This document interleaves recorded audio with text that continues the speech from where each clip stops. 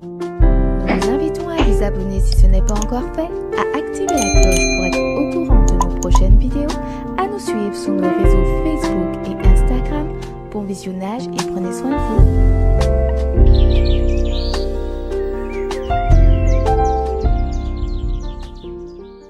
Bonsoir, chers frères et sœurs, chers amis internautes. Je vous invite à incliner la tête pour la première prière. Notre Dieu, notre Père, nous te louons, nous te glorifions pour ton grand amour. Merci Seigneur pour ce privilège que tu nous accordes en ce milieu de semaine pour venir recevoir de toi tes bénédictions, ta parole de vie, afin de nous transformer, de nous fortifier dans le beau nom de Jésus. En ce soir, nous te demandons de bénir chaque internaute, chaque ami, tous ceux qui nous écoutent par le bien du net, et veulent les fortifier, les soutenir à travers ce moment de méditation et de prière. Je te réclame, Seigneur, je réclame ta présence, ton Esprit Saint, surtout sur chacun de nous, et également pour ton serviteur, David Rodoutmaillé, que tu as choisi pour ce moment de partage de ce mercredi soir. Que ton nom soit loué en lui, soit exalté, et qu'il puisse parler de ta puissance, de ta force, et que tu puisses le oindre de ton Esprit Saint, mon Père Céleste. Couvre-le par ton nom, mon Père Céleste. Que tu puisses le fortifier, lui et sa famille, et que tu puisses le oindre de ton Esprit Saint. Que ces paroles que nous allons entendre ce soir puissent nous édifier à salut et nous rappeler et nous ramener encore plus près de toi, nous rapprocher encore plus près de toi, et que nous soyons fortifiés dans le bon nom de Jésus. Nous t'avons prié au nom de Jésus, ton Fils, et pour ta gloire. Amen. Nous sommes heureux de vous accueillir dans cette maison Horeb dédiée à l'Éternel. Et nous allons ensemble louer notre Dieu. Nous allons lui exprimer comment sa divine présence nous jette un rayon lumineux, chaleureux sur notre chemin. Vous êtes avec nous? Ce sont les paroles du 511, elles sont déjà affichées. Merci.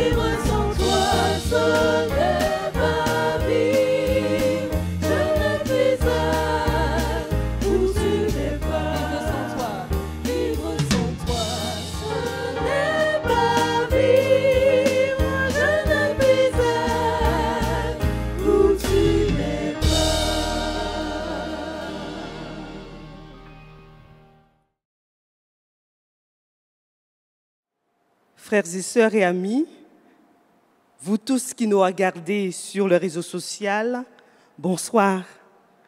Vous êtes au bon endroit et au bon moment. S'il y a un temps où nous devons prier, où nous devons nous retrouver autour de la parole de Dieu, c'est bien aujourd'hui. Bienvenue à notre réunion de prière à Horeb. Un peu mieux, le numéro 271, dans notre hymne et louange, Miséricorde insondable.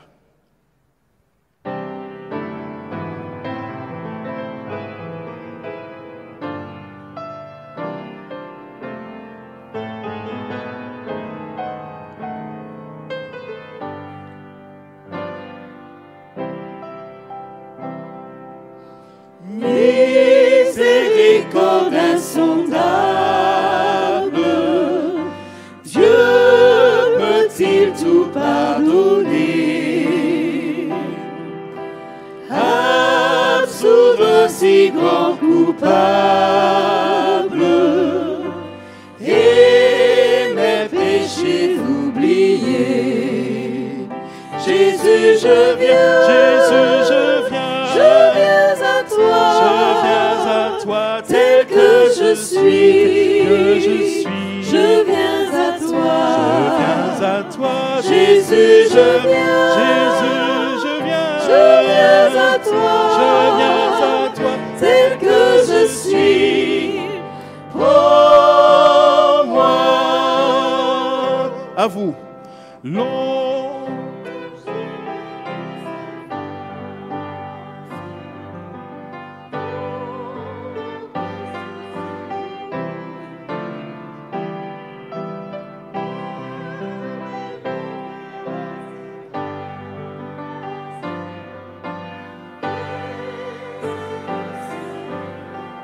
Jésus, je viens.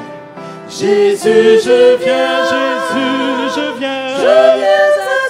je viens à toi, tel que je suis, je viens à toi, Jésus, je viens, je viens à toi, tel que je suis, oh moi. Quatrième strophe. Alléluia. Alléluia, plus de doute, mon fardeau m'est enlevé. Pour le ciel, je suis en route, heureux pour l'éternité. Jésus, je viens, je viens à toi,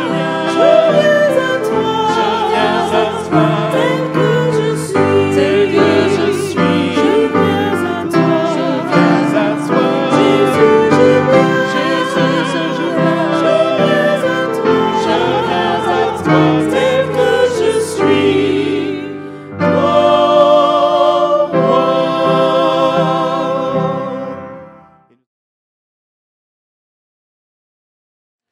Frères et sœurs, chers amis, bonsoir. J'espère que vous allez bien là où vous vous trouvez. Voici venu le temps de la parole. Et je prie que le Saint-Esprit puisse déposer sa paix dans vos cœurs afin que vous ressentiez la parole de Dieu agir dans votre vie en ce soir. Nous sommes dans un monde où les gens ont peur de vous parler de Dieu, particulièrement parler de Jésus-Christ comme étant Dieu. Et lorsque j'ai écrit ce message, et lorsque j'écris un message généralement, je me mets premièrement en prière. Et je demande à Dieu l'action du Saint-Esprit afin de me qualifier pour transmettre sa parole, afin que ce soit lui qui parle et que je sois effacé. Et je prie aussi que les personnes qui auront à entendre ce message puissent être réceptifs à la parole de Dieu. La Bible déclare dans Jean 1, le verset 1er, « Au commencement était la parole était auprès de Dieu, la parole était Dieu. » Et le verset 14 va nous donner une information supplémentaire en disant « La parole est devenue chair. Elle a fait sa demeure parmi nous. Et nous avons vu sa gloire, une gloire du Fils unique issu du Père. » Ce message est puissant, pourtant tellement controversé. Et lorsque nous remettons en cause le fait que Jésus-Christ soit non seulement Fils de Dieu, mais également Dieu lui-même, nous tombons dans un jeu dangereux. Et alors que j'écrivais ce message, j'avais comme une lutte à l'intérieur de moi parce qu'il y a toute cette volonté de transmettre ce message de la part de Dieu. Mais vous savez, chers amis, que lorsqu'on écrit quelque chose qui vient de la part de Dieu, il y a l'adversaire qui est là et qui va essayer subtilement de nous détourner du message. Mais au nom de Jésus, laissez-moi proclamer, laissez-moi déclarer que Jésus-Christ est réellement Dieu. Et c'est cela qui a nourri ma réflexion que j'aimerais partager avec vous en ce soir. Ce message a pour titre « Pourquoi Satan a une forte haine envers la personne de Jésus-Christ ?» Pourquoi Satan a une forte haine envers la personne de Jésus-Christ? Prions ensemble. Éternel Dieu des armées, merci pour le souffle de vie que tu nous maintiens en Saint-Instant, Seigneur. Et alors que nous allons parler en ton nom, que ton Saint-Esprit puisse souffler dans le cœur de chacune des personnes qui auront à écouter ce message, que cela soit aujourd'hui, demain ou après-demain, Seigneur. Apporte-nous ta paix et que nos vies puissent rendre témoignage de la personne de Jésus-Christ. C'est là ma prière au nom de Jésus. Amen. Je vous inviterai à prendre vos Bibles avec moi dans le livre de Nombre 16. C'est un livre qu'on lit peu et qui est pourtant extrêmement riche. Nous sommes dans le livre de Nombre, qui se trouve juste après Lévitique, chapitre 16, le verset 1er. Vous connaissez certainement cette histoire. C'est l'histoire d'un homme qui s'appelle Coré. Et le texte va dire Coré, fils de Jitséar, fils de Kehat, fils de Lévi. Et dès lors, nous avons une information intéressante, c'est-à-dire que Coré n'est pas n'importe qui. Coré appartient à la tribu de Lévi. Qui d'autre connaissons-nous comme étant fils de Lévi? Moïse et Aaron, n'est-ce pas? Chers amis, je ne vous apprends rien lorsque je vous dis que les problèmes commencent généralement à l'intérieur de la famille. Les problèmes vont généralement commencer à l'intérieur de la cellule familiale. Alors qu'on pense que c'est généralement l'étranger qui va nous amener des problèmes, force est de constater que les problèmes, le conflit, la dispute va commencer à l'intérieur. Et ce n'est pas quelque chose de nouveau. Même au sein de l'Église, le conflit, la dispute va commencer à l'intérieur même. C'est la même chose qui se passe ici. Coré, Moïse et Aaron sont littéralement cousins. Le père de Coré, autrement dit, et le père d'Aaron et de Moïse sont frères. Nous n'avons pas d'informations quant à la relation qu'ils avaient entre frères, mais force est de voir que Coré, Moïse et Aaron sont de la même famille. Et lorsque je retourne dans le texte biblique, nous remarquons la démarche de Coré. Nous sommes toujours au chapitre 16 du livre des Nombres. Et je lis les versets 1 et 2. Coré, fils de Jitséar, fils de Kehat, fils de Lévi, se révolta. Coré va se révolter avec Dathan, Abiram, fils d'Eliab, et On, fils de Pélet. Tous trois sont fils de Ruben. Ils vont se soulever contre Moïse et avec combien de personnes? 1, 2 ou 3 personnes? Non, avec 250 hommes, des enfants d'Israël, des principaux de l'assemblée, ceux que l'on convoquait à l'assemblée et qui étaient des gens de renom. Coré va prendre le soin au préalable de réunir avec lui 3 personnes, 3 généraux, j'ai envie de dire, Dathan, Abiram et On, qui sont tous les 3 fils de Ruben. Et c'est intéressant de relever qu'ils sont fils de Ruben, car Ruben était le premier-né de la tribu d'Israël. Et c'est ce que je lis dans Genèse 35, le verset 23. Dans Genèse 35, le verset 23, je lis « Fils de Léa, Ruben, premier-né de Jacob. Siméon, Lévi, Judas, Issachar et Zabulon. Ruben était le premier-né de Jacob. C'est-à-dire qu'il y avait une forme d'autorité. Le fait est que Ruben a perdu sa prééminence. La raison pour laquelle il a perdu cette autorité, nous le retrouvons dans Genèse 49, où Jacob va dire « Tu n'auras pas la prééminence, car tu es monté sous la couche de ton père, tu as souillé ma couche en y montant. » Ruben est allé avec la concubine de son père, et dès lors, il a perdu son autorité de premier-né. Néanmoins, c'est intéressant de voir que lorsque Corée va vouloir se révolter contre Moïse et Aaron, il va s'entourer de 3 personnes qui font partie de la tribu de Ruben. Donc des personnes qui sont respectées au sein du peuple.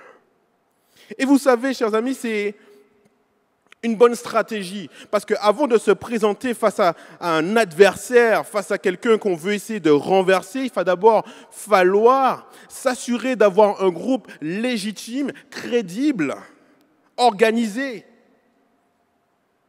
C'est une bonne stratégie et c'est la stratégie que nous retrouvons notamment dans les élections présidentielles ou autres, lorsque les députés vont aller de ville en ville, de commune en commune pour avoir le soutien de maires avant une élection.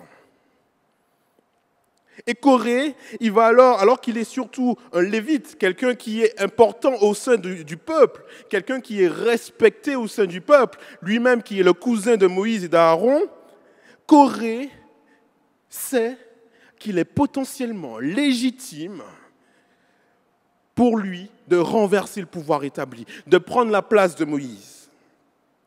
Et il va appuyer sa démarche entouré de ces 2 personnes. Il va, en plus de ces personnes, Dathan, Abiram et On, il va s'assurer d'avoir un groupe complet, 250 hommes, des gens de renom. C'est limite un coup d'État. C'est-à-dire qu'alors que Moïse et Aaron sont occupés à s'occuper du peuple, justement, Corée va d'abord s'assurer de réunir un nombre conséquent de personnes qui sont importantes au sein du peuple avant d'aller voir Moïse et Aaron. Et regardez ce qu'il va dire au verset 3 du chapitre 16. Il dit « C'en est assez, car toute l'assemblée, tous sont saints et l'Éternel est au milieu d'eux. Pourquoi vous élevez-vous au-dessus de l'assemblée de l'Éternel ?» C'est typique des élections, c'est-à-dire que Corée, alors qu'il veut justement faire passer ses intentions premières, il va se cacher derrière l'assemblée en disant « Mais pourquoi vous élevez-vous contre l'assemblée ? Tous sont saints. » Chers amis, dites-moi à quel moment Moïse et Aaron se sont élevés eux-mêmes devant l'assemblée. Et si vous cherchez, j'aimerais vous arrêter parce que vous n'en trouvez pas. C'est l'Éternel lui-même, dans Exode chapitre 3, qui va aller voir Moïse dans ce buisson ardent et va dire « Moïse, c'est toi que j'ai choisi pour aller libérer mon peuple. » Ce n'est pas Moïse qui a choisi. Et alors que Moïse essayait de se défiler en trouvant tous les stratagèmes possibles, Moïse va dire à Dieu, ma langue est embarrassée. Je ne me sens pas apte à parler. Et c'est Dieu lui-même qui va désigner le frère de Moïse, Aaron.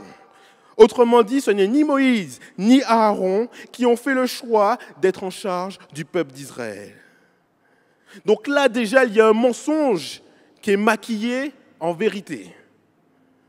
Et Corée et ses compagnons vont dire à Moïse et à Aaron, ça suffit. Il faut qu'il y ait un changement dans l'ordre préétabli. L'Ecclésiaste dira, ce qui est fait, c'est ce qui se fera. Il n'y a rien de nouveau sous le soleil. Ce qui a été, c'est ce qui se fera. Il n'y a rien. Il n'y a rien de nouveau sous le soleil. Cette stratégie, chers amis, peut-être que vous avez déjà vu là où je veux en venir. Cette stratégie, c'est la même stratégie qu'a utilisée Lucifer lorsqu'il se trouvait dans le ciel. Il y avait un ordre préétabli, une harmonie parfaite, acceptée de tous et pour le bien de tous. Car Dieu est un Dieu de paix, est un Dieu d'ordre. Et alors que tout se passe bien, alors que nous sommes dans la perfection, il y a ce qu'on appelle le mystère du péché. Car oui, c'est un mystère. Comment se fait-il que dans un monde où tout se passe bien, il peut y avoir une graine dans l'engrenage, un grain de sable dans l'engrenage. Vous savez, le mot diable veut dire amener le désordre, amener le chaos dans l'harmonie qui existait déjà. Et rendez-vous compte que le texte de Nombre 16 est l'un, et voire le seul texte biblique qui nous donne une idée de ce qui s'est passé dans le ciel. Lucifer ne va pas se risquer à affronter Dieu frontalement. Il va d'abord se charger de réunir autour de lui combien? Un tiers des anges. Un tiers des anges, histoire d'avoir un groupe légitime avant de venir et se révolter contre Dieu. Tout comme Corée, il y a une volonté de dire « c'en est assez, ça suffit, stop ». Mais qu'est-ce qui en est assez d'ailleurs? Est-ce que c'en est assez que le Dieu le Père et Dieu le Fils soient élevés au-dessus des anges? Car tous sont saints. Insidieusement, nous remarquons, chers amis, que l'attaque ne se porte pas contre Dieu le Père, mais contre Dieu le Fils. L'attaque ne se porte pas contre Dieu le Père, mais contre Dieu le Fils. Ce n'est pas un hasard que Corée va se révolter non pas seulement contre Moïse, mais également contre Aaron. Moïse et Aaron, comprenons bien, sont liés dans leur ministère. Le ministère de Moïse ne peut être détaché du ministère d'Aaron. Et lorsque Moïse se trouve face à ce buisson ardent, alors que Moïse dit « Seigneur, je ne vais pas y aller, je ne peux pas parler », l'Éternel Dieu va désigner Aaron.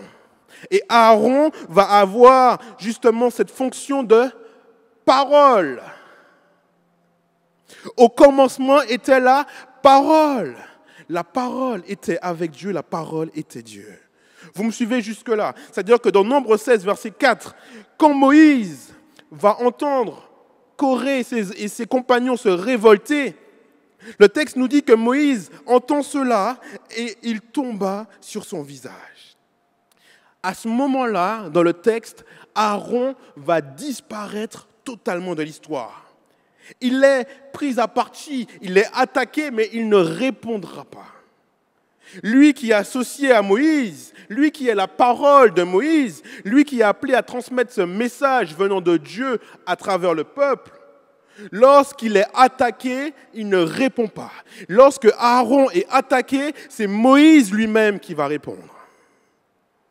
Semblable à un mouton qu'on mène à l'abattoir, Isaïe nous dit, il n'a pas ouvert la bouche.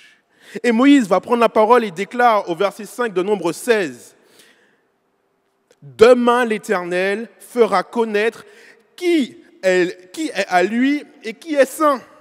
Et il fera approcher de lui celui qu'il choisira. Autrement dit, Dieu lui-même va révéler devant tout le peuple existant qui lui appartient.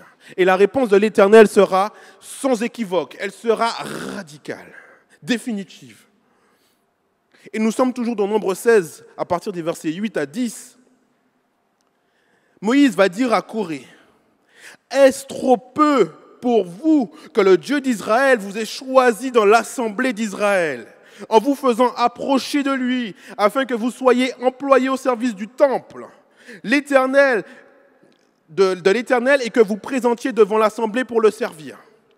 Il vous a fait approcher de lui, toi, tous ses frères, les enfants de Lévi, et vous voulez encore le sacerdoce. » Corée avait une position extrêmement enviable, chers amis. Une position valorisée, certes une responsabilité, une charge, mais une position enviable. Une grâce de pouvoir être choisi par Dieu, de pouvoir servir le peuple, de pouvoir collaborer littéralement avec Dieu. La tribu de Lévi avait cette responsabilité. Cependant, nous voyons que Corée en veut davantage. Il n'est pas satisfait de sa situation. Il veut la place de Moïse. Mais veut-il la place de Moïse? Il s'agit de la place d'Aaron. Il s'agit de la place d'Aaron. C'est la raison pour laquelle Moïse va dire au verset 11 de Nombre 16, « Car Qui est Aaron pour que vous murmuriez contre lui? Moïse ne dit pas qui je suis. Moïse comprend vers qui se tourne l'attaque. Parce que c'est Aaron seul qui avait ce sacerdoce. Et Moïse va dire, mais qui est Aaron pour que vous murmuriez contre lui? Est-ce que vous prenez la gravité de ce que vous faites? Vous savez, chers amis, le diable n'a pas de problème avec Dieu. Le texte d'Ésaïe 14, verset 14 nous dit « Je monterai sous les nuées et je serai semblable au Très-Haut. » Je ne veux pas être supérieur, je serai semblable au Très-Haut, pas monter au-dessus du Très-Haut. En revanche, la haine de Satan se porte sous la personne de Jésus-Christ. Ellen White révèle que Lucifer convoitait l'honneur que le Fils avait dans le ciel. Le prince des anges aspira à une puissance dont le Christ seul détenait la prérogative. Dès la naissance de Jésus sur cette terre, le diable n'eut cesse de faire tout son possible pour détruire Jésus. Dès sa naissance jusqu'à sa mort. Mais l'Éternel est resté fidèle et droit. Et je dis amen à cela. Je rends gloire à Dieu, car c'est un Dieu qui agit. L'Éternel nous dit, je t'aime, et donc je vais te donner. Et lorsque Jésus-Christ était dans le désarroi, dans le désert, alors qu'il était vulnérable, il est resté fidèle et droit. Et nous voyons qu'à la suite de ce moment, les anges de Dieu sont venus à sa rencontre et sont venus le servir. Dans Marc 1, verset 12. Et je peux vous dire en ce soir que les anges de Dieu sont encore là, à nos côtés, pour nous protéger et nous aider. En se révoltant contre Moïse et Aaron, Corée va remettre en question l'ordre qui est préétabli par Dieu lui-même. Et c'est donc Dieu lui-même qui va se charger de détruire Corée. Dathan, Abiram, ainsi que l'ensemble des 250 personnes qui s'étaient alliées avec eux. L'Éternel, nous dit le texte, va faire descendre un feu du ciel qui va consumer les 250 personnes qui étaient alliées avec Corée. En revanche, quant à Corée et ses généraux, la Bible est claire. Il y a un sort différent. Ils vont être littéralement engloutis par la terre. Nous sommes dans les versets 31 à 32 de Nombre 16. La terre qui était sous eux se fendit. La terre ouvrit sa bouche, les engloutit, eux, leurs maisons, avec tous les gens de Corée et tous leurs biens. Chers amis, le texte nous présente la fin de tous ceux qui vont s'attaquer à l'ordre préétabli par Dieu.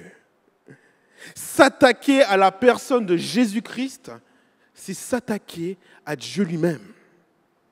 Et alors que la colère de Dieu se manifestait contre tout le peuple qui finalement s'était rallié à Corée, un peuple qui était si méchant, si ingrat envers Moïse et Aaron, alors que Dieu va commencer à faire descendre du ciel un feu qui va cette fois dévorer tout le peuple. Le verset 45 de Nombre 16 est catégorique. Je les consumerai en un instant. Et que va faire Aaron? Verset 46. Moïse dit à Aaron, prends le brasier, mets-y du feu de dessus de l'autel, pose-y du parfum, va promptement vers l'assemblée et fais pour eux l'expiation, car la colère de l'Éternel a éclaté, la plaie a commencé. Pourquoi c'est Aaron qui doit faire cela? Ne me dites pas que c'est parce que Aaron était plus rapide que Moïse, donc Aaron pouvait aller dépasser. Non, Aaron était plus âgé que Moïse d'ailleurs. Pourquoi c'est Aaron qui fait cela? Simplement parce que le ministère d'Aaron est un ministère spécial auprès du peuple de Dieu. Aaron avait un ministère spécial auprès du peuple. Aaron était ce souverain sacrificateur qui intercédait jour et nuit pour le peuple. Et alors que la plaie a commencé, c'est Aaron qui va faire cette expiation. Le verset 47 et 48 nous dit bien, Aaron prit le brasier, comme Moïse avait dit, et Aaron va courir au milieu de l'assemblée. Et voici, la plaie avait déjà commencé parmi le peuple. Et Aaron, il offre le parfum, il fait l'expiation, il se place entre les morts et les vivants. Et à ce moment-là, la plaie fut arrêtée. Autrement dit, c'est grâce à l'action d'Aaron que le peuple va conserver la vie. À la suite des événements, Dieu demanda à ce que chaque tribu, vous connaissez, amène un bâton, une verge, et la verge qui aura fleuri sera la verge de la tribu pour laquelle Dieu s'est choisi. Le texte nous montre que c'est la verge d'Aaron qui avait fleuri. Et donc, cette verge a été placée dans le coffret de l'Alliance pour prouver que l'ordre préétabli est celui que Dieu lui-même désigne. Cette histoire nous pousse à voir que tout comme Aaron, Jésus-Christ est mon souverain sacrificateur, mon médiateur, celui qui va intercéder pour moi. Et c'est par son action, c'est par son amour qu'il va se tenir entre les morts et les vivants. C'est par Jésus-Christ que je conserve la vie. Quand bien même je m'endormirai sur cette terre, au nom de Jésus, je me réveillerai au retour de Jésus. Parce que je suis sauvé. Et je vis avec cette conception d'être sauvé, non pas par mes mérites, mais par la grâce, par l'action de Jésus-Christ dans ma vie. Et j'aimerais que nous puissions être sensibles à cela, reconnaître que Jésus est non seulement mon sauveur, mais également mon Seigneur, celui qui a toute l'autorité dans ma vie. Cet ordre préétabli par Dieu lui-même. Dieu lui-même a élevé le nom de Jésus au-dessus de tout nom, afin qu'au nom de Jésus, tout genou fléchisse et confesse que Jésus-Christ est Seigneur. Alors si en ce soir, cher ami, tu reconnais que Jésus-Christ est ton sauveur, est ton Seigneur, j'aimerais que tu puisses faire monter à Dieu cette prière et de demander au Saint-Esprit qu'il puisse te permettre de vivre en nouveauté de vie, en personne sauvée par la grâce, et être dans la reconnaissance de l'action que Jésus mena pour chacun d'entre nous. Lorsque Jésus se tient sur cette croix du calvaire, il le fait pour toi et pour moi. Que cette réalité, que cette vérité puisse être une réalité dans ta vie. Lorsque Jésus-Christ se tient sur cette croix du calvaire, c'est parce qu'il veut te voir lorsqu'il reviendra. C'est là ma prière pour chacun d'entre nous ce soir. Que Dieu nous garde. Amen. Je vous invite maintenant à prier avec moi. Prions. Éternel Dieu Tout-Puissant, Roi des rois, Chef des armées, Seigneur des seigneurs, que ton nom soit glorifié, que ton règne vienne. Éternel, merci. Merci pour Jésus-Christ, Seigneur. Merci pour ce don que tu nous as donné, pour ce cadeau merveilleux qui nous permet de non pas naître et mourir, mais naître et vivre au nom de Jésus, Seigneur. Garde-nous en ta paix, dans ton amour, dans cette fraternité, Seigneur, que nous puissions être des éléments utiles pour toi. Utilise-nous puissamment pour ta gloire et que nous puissions être des témoignages vivants de ce que Jésus-Christ fait dans ma vie. C'est ma prière au nom de Jésus. Amen. Amen.